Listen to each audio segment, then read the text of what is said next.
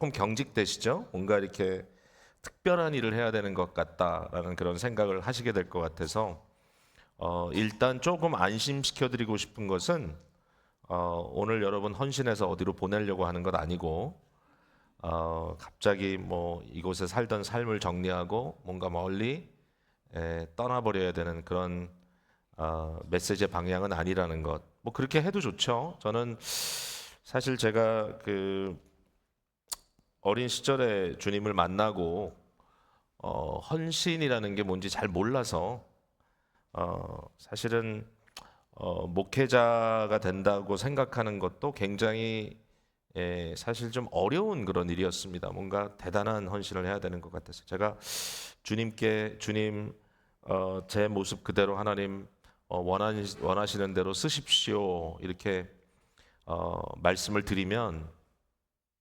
하나님께서는 제가 정말 가고 싶지 않은 곳으로 가게 하실 것 같아서 그게 좀 두려웠어요, 솔직히. 두려워서 제가 시간이 걸렸어요. 그 시간이 제 마음을 다 주님 앞에 내어놓는 게. 근데 그게 왜 이렇게 힘들었을까 몰라요. 항상 머릿속에 들어오는 생각이 어디 아프리카 오지에 분명히 나를 보내실 것 같다. 근데 제가 그 이후에 이 심지어는 어디로 가는 그런 입장에서의 선교에 대한 생각도 좀 크게 바꿔야 된다라고 고민을 하게 된 부분이 뭐냐면 정말 하나님께서 우리를 어디로 보내실 때는 그곳을 다른 어떤 것보다 더 사랑하게 만드신다는 것을 깨닫게 됐어요. 제 마음에. 그게 아니라면 진정 보냄을 받을 자격이 없는 게 아닌가. 왜냐하면 어디든지 가면 거기가 제일 아름다워요. 어떤 곳에 가도 거기에 아름다움이 있어서 뭔가 그곳에 마음을 두고 사역하게 하신다면 그곳을 보냄받았다는 것이 절대로 어떤 고행의 길이 아닐 것이다라는 확신을 제 마음에 갖게 됐어요. 예, 그때 이후로는 좀 편해졌어요. 그런 부분에 대해서. 어, 어쨌든 오늘 제가 여러분과 나누고 싶은 말씀은 조금 더 원론적인 이야기인데 한번 생각해 보셨으면 좋겠습니다. 교회 성도들에게 있어서 네 가지의 사역이 뭔가 이 말씀 계속 좀 드리고 있잖아요. 교회 진심, 예배, 성도 간의 교제, 그리고 우리가 조금 더 그리스도의 제자로서 그리스도를 잘 따라갈 수 있도록 서로 가르치고 돕는 일. 그리고 마지막을 선교적 섬김이라 그랬습니다. 여기에 선교라는 것은 자꾸만 내 안으로 끌어들이는 것이 아니라 바깥으로 내어주는 삶을 배우는 것이고 뭔가 이렇게 이기적으로 어떻게 해서든지 내가 남을 이용해서라도 내가 편하고 싶다라는 게 아니라 내 자신이 주님의 도구로 쓰여진다면 그 자체가 최고의 행복이라고 생각하는 삶의 방향의 전환입니다. 여러분 실제로 그래요. 우리가 무엇을 주를 위해 할 때요. 뭐 주를 위해 한다는 표현도 좀 그렇습니다. 주님께서 항상 주를 위하여 하는 일은 우리 스스로 행복하게 만들어 주시기 때문에 저는 결국은 자신을 위해서 하는 것과 크게 차이가 없다고 생각하거든요. 어쨌든 그 모든 일을 할 때 하나님께서 저희들에게 너무나 큰 만족을 주세요. 확신합니다. 그래서 여러분도 뭔가 이렇게 자신을 좀 풀어 헤치고 주위 사람들을 향하여 심지어는 교회 안에 다른 성도들을 향하여 교회의 어떤 사역을 향하여 마음을 활짝 열고 확 좀 쏟아져 내보내는 그러한 삶의 방향의 변화가 있으면 참 좋겠다고 생각됩니다. 이 선교에 대해서는 좀 지속적인 교육이 필요하다는 생각을 계속 갖게 됩니다. 특별히 이제 저희 교회 미사모라고 하는 소그룹을 만들어서 그 미사모가 어떤 사역 기관들과 매치가 돼서 선교적 소그룹으로 매달 한 번씩 적어도 모임을 하면서 함께 기도하고 생각하는 그런 일을 하는데 내일 밤에도 선교위원회 이제 오리엔테이션 모임을 하겠지만 그 미사모를 섬기시는 분들이 항상 하는 얘기가 모여서 뭘 할지 모르겠다. 예, 특별히 이 지역에서 무언가를 반복적으로 하는 그룹들은 뭔가 그것을 함으로써 조직이나 어떤 그룹의 의미를 느끼는데 예를 들면 한 달에 한 번씩 양로원을 간다든지 아니면 뭐 매달은 아니더라도 필라델피아 시내에 어떤 좀 어렵고 힘든 사람들을 돕는다든지, 뭔가 내가 직접 가서 무엇을 했을 때 거기에 대한 만족이 오지만, 그러나 멀리 있는 어떤 기관을 섬긴다든지, 그분들을 위해서 항상 멀리서, 좀 뭔지 몰라도 이렇게 구체적이지 않은, 왜냐하면 안 가본다면 잘 모를 수 있잖아요. 그러나 계속 이야기를 듣고 이렇게 하면서 그 관계에서 섬긴다고 하는 것은 매달 모여서 우리가 할 수 있는 게 뭐가 있을까, 이런 고민들을 하게 된다는 얘기죠. 우리가 일반적으로 그 선교를 한다고 했을 때 가진 자들이, 뭔가를 가진 자들이 가지지 못한 자들에게 뭔가를 이렇게 전달해 주는 것이다라고 하는 생각.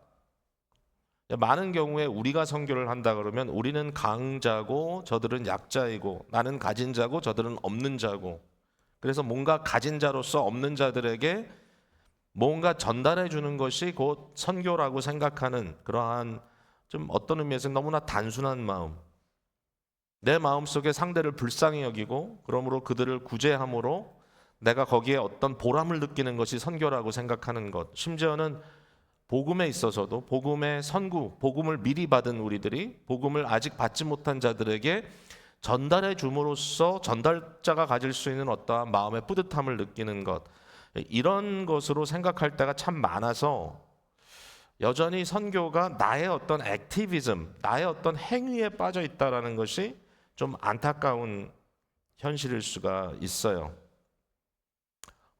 많은 경우에 우리가 좀 미국보다 못 사는 나라에 간다고 했을 때, 특별히 좀 낙후된 지역, 어려운 사람들이 있는 지역에 찾아가서 내가 뭐 큰 돈이 없다 할지라도 그들에게는 큰 돈일 수 있으니까 그것을 던져주고 전달해주면서 거기에 어떤 마음속에 보람을 느낄 때가 있는데, 여러분 엄밀히 생각하면 그것은 너무 단순한 논리예요. 왜냐하면은 미국에도 우리보다 못 사는 사람들이 너무 많아요. 네, 우리가 예를 들면 언제 얼마 전에 엘살바도르 다녀왔습니다만은, 엘살바도르에 가면 저는 함께 가는 팀원들에게 꼭 뭘 요구했냐면은 이 나라에서 제일 좋은 걸 좀 봤으면 좋겠다. 이 나라 사람들이 가지고 있는 최고의 것, 그들이 누리고 있는 최상의 것을 여러분들이 봤으면 좋겠다. 왜냐하면 절대로 그들을 여러분보다 불쌍한 자들이라고 생각하지 말아요. 선교라고 하는 것은 상대가 나보다 못하기 때문에 내가 가서 자신만만하게 그들에게 뭔가를 해주는 것이 선교가 아니에요. 그게 큰 오해예요, 오해. 그 선교는 사실은 파트너십이고 함께 성도된 자들로서 서로의 필요를 채워주는 거지만, 많은 경우에 우리가 채워주는 만큼 우리도 그들에게 채움받을 수밖에 없는 현실이라는 것을 인식해야 돼요. 못 사는 나라에 가서 나는 잘 사는 나라에서 왔다고 떵떵거리는 선교사들처럼 정말 밉상인 선교사들이 없어요. 한국이 조금 잘 산다고 한국 선교사들이 마치 좀 가난한 나라에 가면 그들보다 좀 더 나은 사람인들인 양 행동하는 그런 모습들이, 저는 솔직히 선교사로 하지만 마음에 전혀 들지 않아요. 깊이 고민해 봐야 합니다. 여러분, 미사모를 하는데 내가 어떤 행동주의, 액티비즘이 아니라 그 순간에 내가 받은 바, 선교사가 정말 절실히 필요로 한다고 하는 것을 마음에 품고 하나님 앞에 온전히 의존하는 dependent prayer, 하나님만이 하실 수 있습니다라고 하나님 앞에 자신을 쏟아부으면서 주께 기도하는 것이 왜 덜 선교적입니까? 하나님이 하시는데, 우리가 하는 것보다 하나님이 하시는 게 훨씬 더 크잖아요. 아멘? 믿어요 이거? 근데 왜 기도가 덜 선교적이냐고요? 기도는 선교가 아니고, 기도는 영성이고 선교는 행동이고, 안 그렇습니다. 여러분, 선교적 기도를 해야 합니다. 프런트 라인에 서서 선교사들이 하는 그 기도, 그 이상의 기도를 여러분들이 전방을 바라보면서 기도해야 됩니다. 후방에서 그것을 해주지 않으면 전쟁을 이길 수가 없어요. 근데 오해를 해, 자꾸만. 내가 뭔가를 나가서 하려면 나가는 게 중요한 게 아니라 학습을 해야 될 거 아니에요. 학습을 하는 게 왜 어렵습니까? 거기에 대해서 나보다 훨씬 더 잘하는 사람들의 도움을 받아서 책도 읽고 뭔가 내가 깨달아야 되겠다. 여러분, 절대로 우리는 있기 때문에 선교하는 게 아니라 없어도 해야 해요. 없어도, 만들어서라도. 왜냐하면 극심한 가난 속에서 고난을 겪고 있는 유대 형제들을 도왔던 마게도니아의 성도들의 마음을 생각해 봐야 합니다. 내가 풍족하기 때문에 나누는 게 아니라 없어도 나누는 거예요. 이 나눔에 대한 오해를 하는 사람들이 많아요. 어떤 사람들은 누가 뭐 이렇게 큰 일이든 작은 일이든 이렇게 재정적으로 섬긴다 그러면 좀 죄송한 표현이에요. 제가 들으면서 굉장히 마음이 좀 상해요. 뭐라 그러시냐면, 그러니까 좀 있으니까 하겠지 뭐. 그 사람들은 있으니까 하는 거겠죠. 그런 삐뚤어진 마음 가지고 어떻게 삽니까 우리가? 그럼 나는 없으면 안 해도 됩니까? 아니에요. 나보다 훨씬 못한 사람들 있어요. 그런 의미로 따지자면 그게 아닌 거죠. 자, 이 전 세계를 보면 굉장히 좀 안타까운 게 뭐냐면은 소위 말하는 이제 글로벌 노스가 있습니다. 소위 이제 선진국 잘 사는 나라 대체적으로 북반부에 있습니다. 지구의 북반부. 반면에 이제 좀 개발도상국이나 좀 미진한 이런 부진한 나라들을 글로벌 사우스라고 보통 얘기하죠. 보통 남쪽에 이렇게 선을 그어보면 남쪽에 있고 저쪽 북방은 좀 잘 살고 이래요. 어, 시간이 참 많이 지나고 경제적인 여러 가지 그 변화가 있고 뭐 여러 뭐 경제적 이론이 나오고 어떻게 하면 좀 더 개발도상국들이 빨리 그 상황을 차고 일어나서 선진국의 대열에 설 수 있느냐 뭐 이런 연구들이 막 있는데 솔직히 오늘날 어떤 이야기를 하냐면 지난 반세기 동안 어, 개발도상국에서 선진국으로 진출한 유일한 나라는 한국밖에 없대요. 한국에 대한 뭐 대단한 연구가 되는 이유도 거기에 있는데 그걸 보면서 한 가지 느끼는 건 뭐냐면 왜 그렇게 힘든 거지 그게? 거의 이것을 뭐 우리 한국인들의 기질이 어떻고 우리가 해냈고 이렇게 생각할 수도 있겠지만 이걸 경제적으로 연구하는 사람들의 연구를 들여다보면 그게 아니에요. 한국에는 우리가 불가항력적으로 맞이한 어떤 모멘트들이 있었고 그 모멘트를 헤쳐나가는 그 아이디어가 몇 가지가 있어가지고 치고 올라간 거예요. 근데 이것이 참 재밌게도 정말 많은 우연의 연속이 이루어져야지만 가능하다고 보는 이유는 뭐냐면 정상적인 프로세스를 통해 가지고는 절대로 글로벌 사우스가 글로벌 노스를 따라갈 수가 없다라는 논리입니다. impossible. 왜 그렇습니까? 그것은 뭐 이걸 뭐 신자유주의든 뭐든 하여튼 그런 얘기는 좀 그런 거창한 말은 내려놓고 일단은 이런 경제적인 불균형을 절대로 만회시켜 주려고 하는 의도가 없어요. 잘 사는 나라들이. 실제적으로 그래. 왜냐하면 이것이 소위 식민지적 마인셋이 그대로 오늘도 경제적으로, 군사적으로, 문화적으로, 심지어는 교육적인 차원에서 여전히 진행되고 있다는 사실을 우리가 생각할 수밖에 없어요. 없어요. 케임브리지에서 오래 가르쳤던 경제학자 장하준 교수가 있는데 저하고 초등학교 동기입니다. 가끔 장하준 교수 얘기를 하죠. 근데 이 친구가 주장하는 한 가지 중요한 그 뭐 책을 썼죠. 사다리 걷어차기라고. 앞서간 사람들은 자기가 먼저 사다리를 타고 올라갔지만 밑에 사람은 올라가지 못하기 위해서 그것을 발로 차버려서 도저히 올라오지 못하도록 하는 것이 올라간 사람들의 심보다.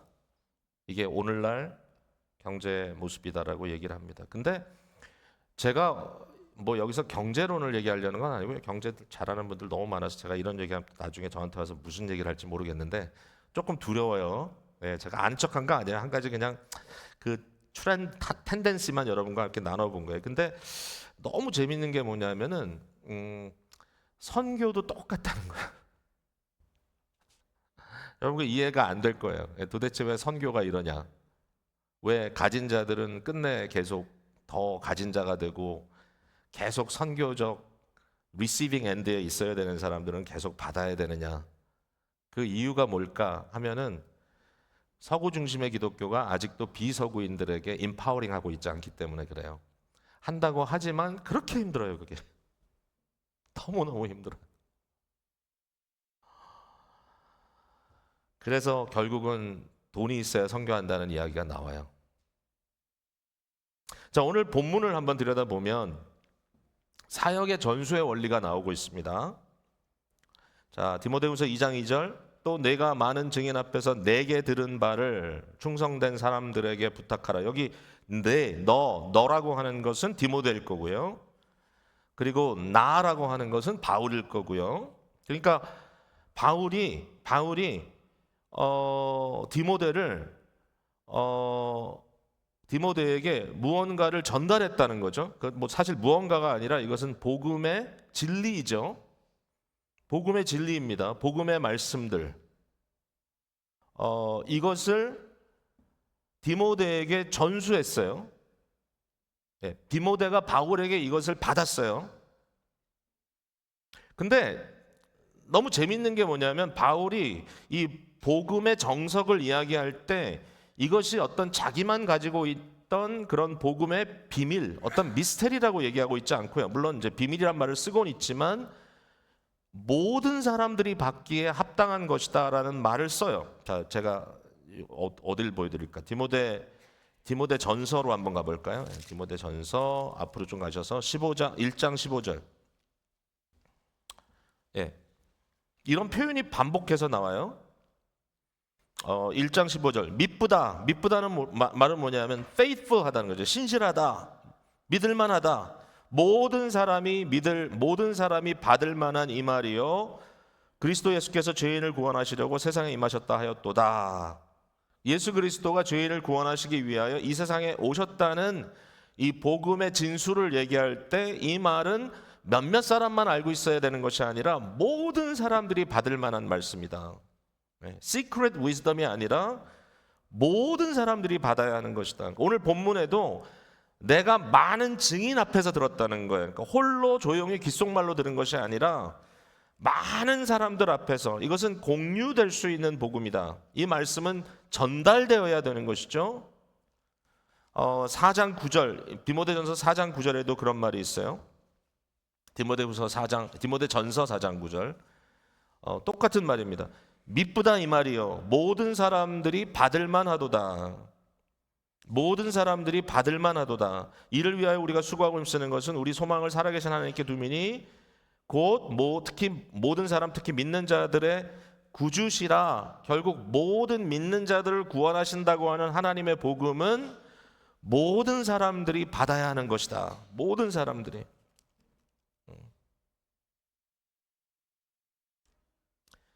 분명히 여기에는 어떤 영적인 깊은 진리가 있고 심지어는 경건의 비밀이 있지만, 그러나 여전히 이것은 퍼블릭한 것이에요. 모든 사람들이 받아야 돼요. 내가 혼자 갖고 있어서는 안 되는 거예요. 반드시 나눠야만 하는 것. 디모데후서 3장 14절 이후에 바울이 디모데에게 무엇을 가르쳤느냐? 14절 이후에 그러나 너는 배우고 확신한 일에 거하라. 너는 네가 누구에게서 배운 것을 알며, 자기에게 배웠다는 얘기죠. 또 어려서부터 성경을 알았나니 성경은 능히 너로 하여금 그리스도 예수 안에 있는 믿음으로 말미암아 구원에 이르는 지혜가 있게 하느니라. 지금 무슨 얘기를 하고 있냐면은 바울은 영원히 디모데에게 바울이 되고 싶은 것이 아니라 디모데가 바울이 되면 좋겠다고 생각하는 거죠. 그죠?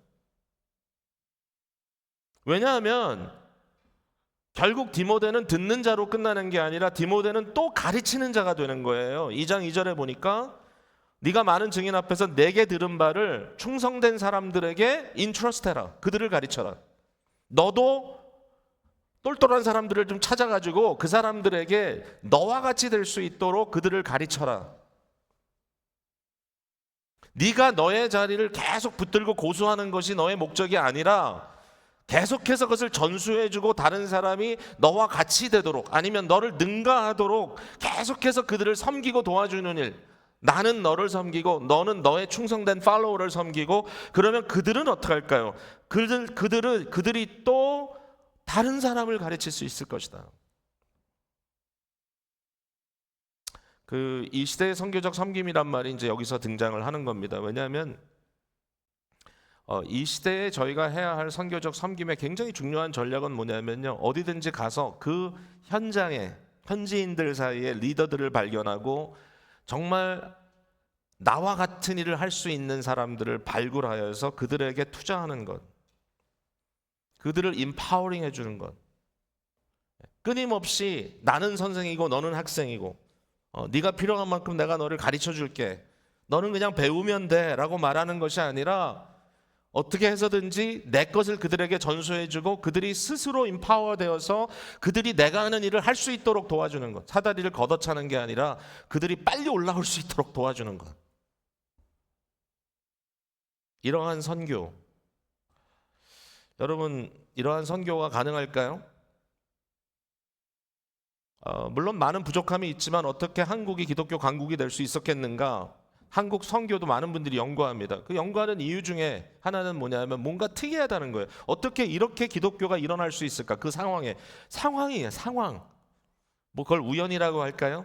조선 말기 조선은 망하고 엄청난 권력의 배큐음이 생기고 엄청난 마음의 갈증이 생기는 그 순간에 기독교라고 하는 복음이 들어갔는데 그 복음이 들어갈 때 한국은 어떤 입장이었냐면 나라를 새로 재건할 수밖에 없는 완전히 새로운 역사를 갈망하는 그러한 상황 속에 선교사들이 들어갔는데 선교사들이 그들에게 영어 가르친 거 아니에요.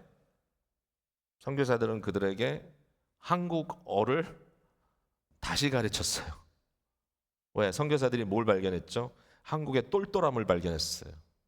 이미 이 나라에 세계 어디 내놔도 뒤지지 않는 놀라운 언어 체계가 있구나.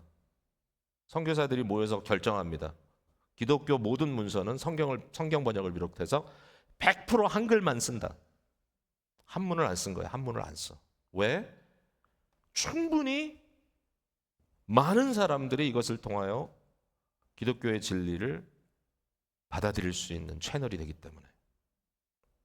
물론 사회의 주변인들이었던 가난한 자, 또 그 시대 속의 여성들 또는 아이들이 복음을 통하여 그들의 신분이 변화되고 그들의 생각이 변화된 것도 사실이에요. 그러나 그것뿐만 아니라 선교사들이 또는 초기 지도자들이 정말 이 사람들은 키워야 된다라고 생각했던 사람들을 아이덴티파이하고 어떻게 해서든지 이분들이 빨리 성장할 수 있도록 미국을 보내기도 하고 어떤 방법을 통해서든지 스스로 생각할 수 있는 사람들로 만들어내려고 하는 엄청난 노력을 기울였다는 사실입니다.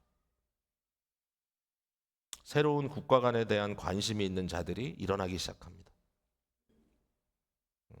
할비 컨 선생님은 1960년부터 11년 동안 한국에 머물면서 그분이 그냥 조용히 신학교에서 가르치기만 했어도 참 바빴을 텐데 서울 종로 한복판에다 리딩룸을 만들고 신서적들, 미국에서 시대에 굉장히 중요한 서적들을 그곳에 모아놓고 매주마다 청년들을, 대학생들을 불러서 거기서 디베이트하게 만들고 거기서 새로운 어떤 아이디어들을 접하게 만들고 스스로 생각하는 것을 배우게 하고. 왜 그렇게 했을까요? 사다리를 걷어차는 게 아니라 사다리를 빨리 놔줘서 그들이 올라올 수 있도록 도와주고 싶은 마음. 제일 중요한 것은 미래의 리더들을 찾아 저들에게 기회를 주고 저들의 필요한 도구를 손에 잡힐 수 있도록 가져다 주는 일. 이제는 네가 해라. 여러분 그게 네비어스의 원리입니다. 교회가 스스로 크게 하라. 교회가 스스로 다스려지게 하라. 교회가 스스로 포교함으로. 선교사들이 전도를 다니는 게 아니라 선교사들은 리더십 트레이닝을 하고 그 리더들을 통해서 또 일반 성도들을 통해서 복음이 전도될 수 있도록 하라. 돈이 없으면 쌀을 가지고라도 교회에 성미를 드려라. 그래서 목회자들이 먹고 살 수 있도록. 그래서 목사들이, 사역자들이 가난한 성도들이지만 성도들 사이에 서포트를 받고 저들이 풀타임으로 사역하여서 교회를 일으킬 수 있도록 하라. 여러분 상상할 수 없는 일입니다. 요즘에 그런 원리를 갖고 말한다니요. 한국에는 이상한 헌금이 있었습니다. 연보가. 돈의 연보가 아니라 날 연보가 있었습니다. 날. 자기가 돈이 없으면 일주일 중에 하루를 들여가지고 몸으로 교회 건물을 세우기도 하고 몸으로 노동을 하기도 하고 몸으로 나가 전도를 하기도 하고 날 연보가 있었어요. 날 연보. 여러분 성민은 저도 어렸을 때 기억이 나요. 목사님 집에 통에다가 요만한 쌀주머니를 가져가서 주일마다 부어드렸던 기억이 나요. 네. 한국의 리더들은 독립을 꿈꾸는 리더들이었어요. 여기서 말하는 독립은 제국주의 일본으로부터의 독립만이 아니라 사실은 독립신문을 만들었던 서재필 선생님의 독립은 중국으로부터의 독립도 포함이 되어 있었어요.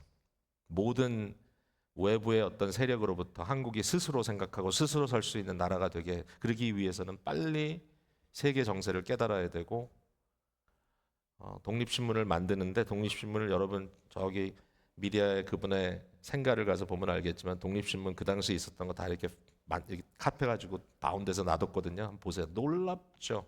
100% 한글, 100% 영어, 이중 언어로 똑같은 내용을 영어로 한국어로 매일 퍼블리시 해가지고 그것을 계속해서 사람들에게 읽히도록 하는 일을 했던 것들. 도대체 이게 어디서 나온 걸까? 이런 분들이 리더가 되었던 것이죠. 제가요 섬기고 있는 선교 사역에 대해서 좀 말씀을 드리고 뭐 본인이 하는 사역을 프로모트하는 거야 이럴 수 있지만 하고 싶어요. 여러분께 하도 이해를 많이 못하셔서 제가 또 말씀드리고 싶은 게 제가 어제 볼티모 갔다 왔어요. 어제 볼티모를 갔다 온 이유가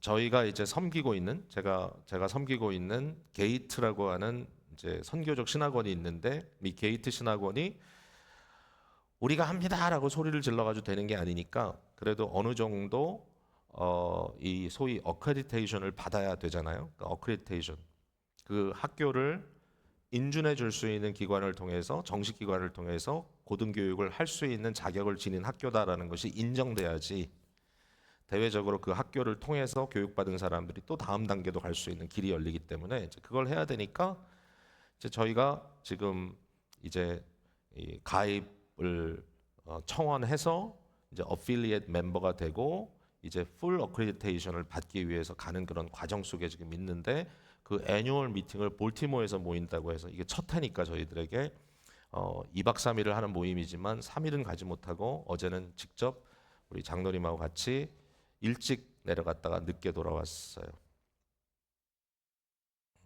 여러 이미 멤버 신학교들이 자기가 무엇을 하고 있는지 어떻게 하고 있는지 어떠한 변화들이 학교에 일어나고 있는지 뭐 이런 이야기들을 나누고 세미나들을 나누고 오늘 오전에는 줌으로 계속 미팅이 진행이 되고 저도 저희 사역들에 대해서 뭐 거기서 이제 돌아왔으니까 줌으로 들어가서 그분들에게 보고하고 계속 질문 받고 뭐 거기에 대해서 대답하고 이런 일들이 계속 반복적으로 일어납니다. 왜냐하면 뭔가 그렇게 어카우너빌리티가 있어야 되기 때문에 그건 맞죠. 근데 이제 요즘에 팬데믹 이후로 미국에 있는 모든 신학교들은 다 외국을 타겟하기 시작했습니다. 이제는 오라고 하지 않고 갑니다. 왜? 온라인이라고 하는 방편이 생겨가지고 값싸게 가고 그분들에게 학비를 받아옵니다. 물론 뭐 스칼러십도 주고 비교적 온라인 프로그램은 좀 비교적 싸게 전달해 줄 수 있는 메커니즘도 되지만 그러나 어떻게 해서든지 그것을 전달해 주고 싶은 그런 마음들이 많이 생기고 각 나라마다 그러한 니드가 계속 이렇게 표현되곤 하는 것이죠. 근데 이제 교수님들이 우리 학교 교수가 우간다에 가서 일주일 동안 강의하고 왔어요. 우리 학교 교수가 저기 미얀마에 가가지고 일주일 동안 강의하고 왔어요. 우리는 MOU를 맺고 그 학교에 주기적으로 가서 강의하는 것을 헌신했어요. 근데 제가 고민하는 문제는 그거랑 좀 달라요. 이게 지금 제가 중국 선교하다가 이제 생겨난 하나의 어젠다인데 그런 식으로 하다 보니까요. 우리가 중국에도 가정교회 신학교들에게 미국에 있는 교수나 한국에 있는 교수들이 1년에 몇 번씩 가서 한 주씩 가서 강의하고 오고 뭐 20시간 강의하고 오고 물론 굉장히 어려운 일이에요. 갔다 오는 분들에게는 시간대도 막 뒤집어지고 너무 피곤하고 그래도 정말 그 학생들이 그것을 들으면서 필기를 하지만 얼마나 이해하는지 모르겠어요. 어쨌든 그것도 힘든 통역을 통해 가지고 전달을 하고. 근데 문제는 뭐냐면 10년이 지나고 20년이 지나도 저들은 계속 학생이고 이쪽은 계속 교사예요. 그게 안타까웠어. 언제 나라가 다칠지도 모르는데, 언제 정치적으로 변화가 일어나서 외국에서 온 선교사들이 추방당할지 모르는데, 언제 나 같은 티처가 가서 더 이상 가르칠 수 있는 상황이 막혀버릴 수도 있는데, 그럼 어떡하란 말인가. 그래서 이제 제가 고민한 건 뭐냐면은 중국인들을 위한 중국인들의 자생적 신학 공동체를 만들어주는 방법밖에 없다. 처음에는 좀 부족하겠지만 그러나 자기들 스스로 하나의 신학 공동체를 이루어서 서로를 치고받고 하면서 대화를 나누면서 성장해 나가면 그 안에서 뭔가 더 큰 크레이빙이 생기고 결국은 그들이 웬만한 사람들을 능가할 수 있는 좋은 선생님들로서 세워질 수 있을 것이다. 신학 공동체가 확보되면 그냥 단순히 우리 계속 왔다 갔다 하면서 그들에게 계속 가르치는 것이 아니라 그 한 사람 한 사람을 스스로 티칭할 수 있는 티처로 양육해서 결국 그 사람들이 남들을 가르칠 수 있도록 목사를 키우는 게 아니라 목회자들을 위한 목사를 키우는 것이 더 중요하다. 한 단계 더 나간 거죠. 비록 이 시간이 걸린다 할지라도 만약에 우리가 앞으로 10년 안에 중국에 이와 같은 자생적인 신학 공동체, 자생적인 티처들로 인한 스스로 생각할 수 있는, 스스로 성경을 가지고 연구하고 연구의 어떤 내용들을 나름대로 정리해서 내놓을 수 있는 그러한 사람들을 10명만 중국 땅에 내놓을 수 있다면 중국 교회가 바뀔 것이다. 이런 당연한 생각을 다른 사람은 안 하나요? 놀랍습니다. 많이 안 해요.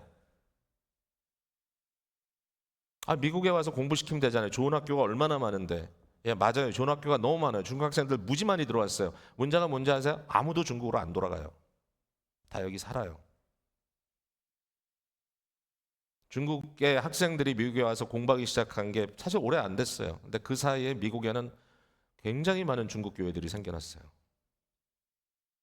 70년대, 80년대, 90년대 한국 목사님이 미국에 유학 갔다가 이민교회만 잔뜩 늘어난 것과 똑같은 상황입니다. 물론 그래도 한국에 여기서 공부하신 분들, 한국 분들 한국으로 돌아갔는데 그 돌아갈 수 있는 이유가 뭐냐면 한국에 공식으로 문교부에서 인정받은 신학교들과 대학교들이 있었기 때문에 가르칠 수 있는 거예요. 중국은 그렇지 않아요. 가정교회, 신학교회 교수로 들어간다는 말은 무슨 얘기인가 하면은 백수가 된다는 말과 다름이 없어요. 누구도 인정하지 않아요. 거기서 주는 월급을 가지고 잘 살 수도 없어요. 근데 누군가 해야 되잖아.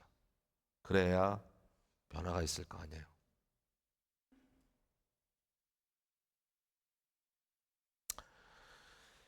네비어스의 원칙과 같이 self-propagate, 스스로 복음을 나누고, self-support, 스스로 지원하고, self-govern, 스스로 자기 자신을 또 자기 교회를 이끌어갈 수 있는 이러한 원칙에 의해서 내부적인 신학 공동체가 세워지고 그것을 통해서 그 나라에 필요한 신학적인 작업들이 이루어질 수 있다면 그 나라가 가지고 있는, 지금 저는 캄보디아 많이 보고 있습니다. 그래서 내년에 캄보디아에 좀 똘똘한 분들을 모아가지고 얘기를 좀 나누고 싶습니다.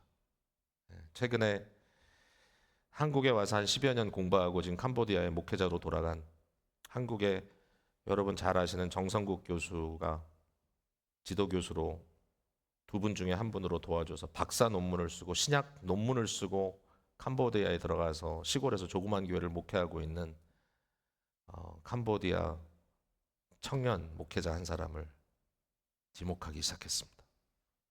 왜? 가르쳤던 분들이 저한테 그래요. 얘는 뭐가 있다고. 근데 어떡하라고? 그럼 가만둘 거야 당신들? 어떻게?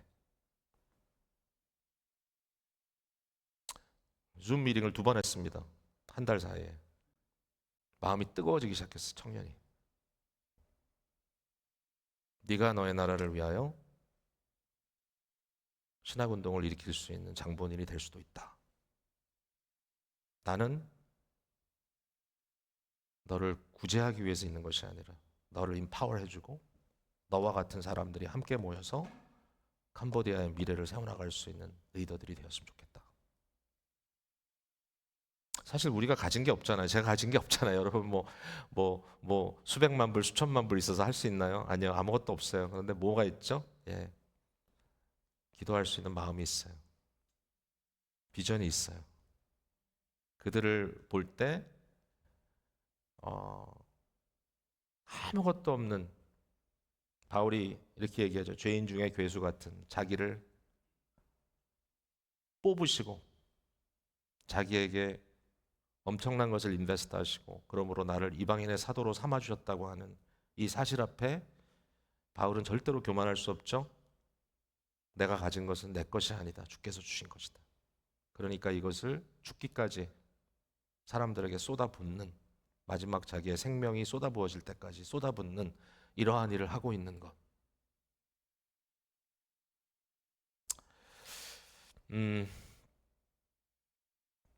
수십 년 동안 제3세계 선교를 하는데 신학교는 여전히 선교사들이 운영하고 있고 외부에서 오는 신학 교수들에 의해서 교육은 반복되고 있고 현지인들은 계속 배우기만 하고 그들은 계속해서 신학을 공부했다 할지라도 너무나 초보적인 단계에서 일어나지 못하고 있는 것.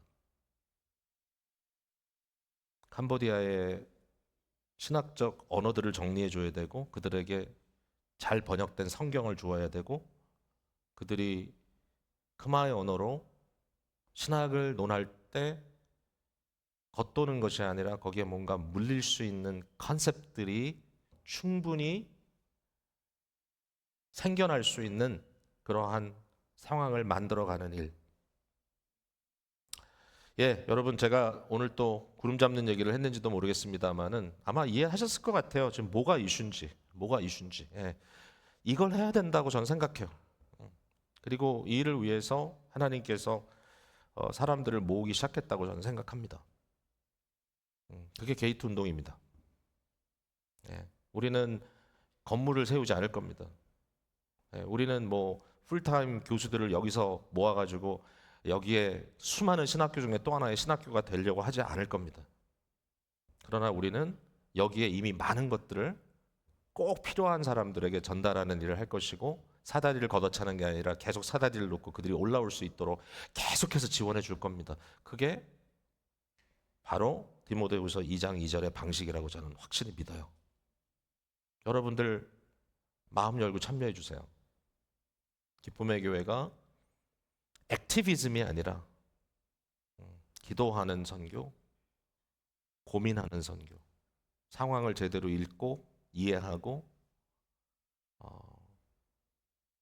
바르게 판단하고 할 수 있는 그런 일들을 계속해서 생각하고 찾고 동행하는, 동참하는 그러한 교회가 됐으면 좋겠습니다. 지난번 우리 예수마을 공동체와 함께 영국에 갔을 때도 제가 그 현장에서 몇몇 선교 그룹들을 여러분 모시고 가서 만나게 했었죠.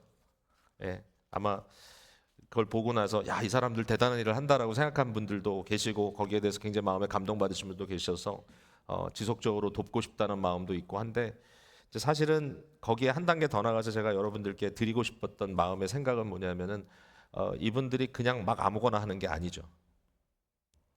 세계를 바라보고 뭐가 필요하다는 것을 알기 때문에 바로 그 일을 위해서 자기의 삶을 드리고 자기의 모든 걸 드리는 모습을 보았을 것입니다. 제가 지금 말씀드리는 내용은 여러분이 OCMS라고 하는 기관에 갔을 때 그 원장이나 교수가 했던 이야기와 동일한 얘기입니다. 각 지역의 그 지역에 맞는 현장 상황적 선교와 교육들이 일어날 수 있도록 해야 되겠다. 네, 어쨌든 우리가 함께 마음을 좀 모아서 더 귀한 섬김으로 나갈 수 있었으면 좋겠습니다. 여러분의 기도를 부탁드립니다. 기도 제목 몇 가지 놓고 함께 기도하겠습니다. 자, 지금 말씀드린 내용도 여러분 물론 기억하시고요. 오는 주일 임직 받으시는 분들의 마음이 잘 준비될 수 있기를 위해서 기도해 주시기 바랍니다.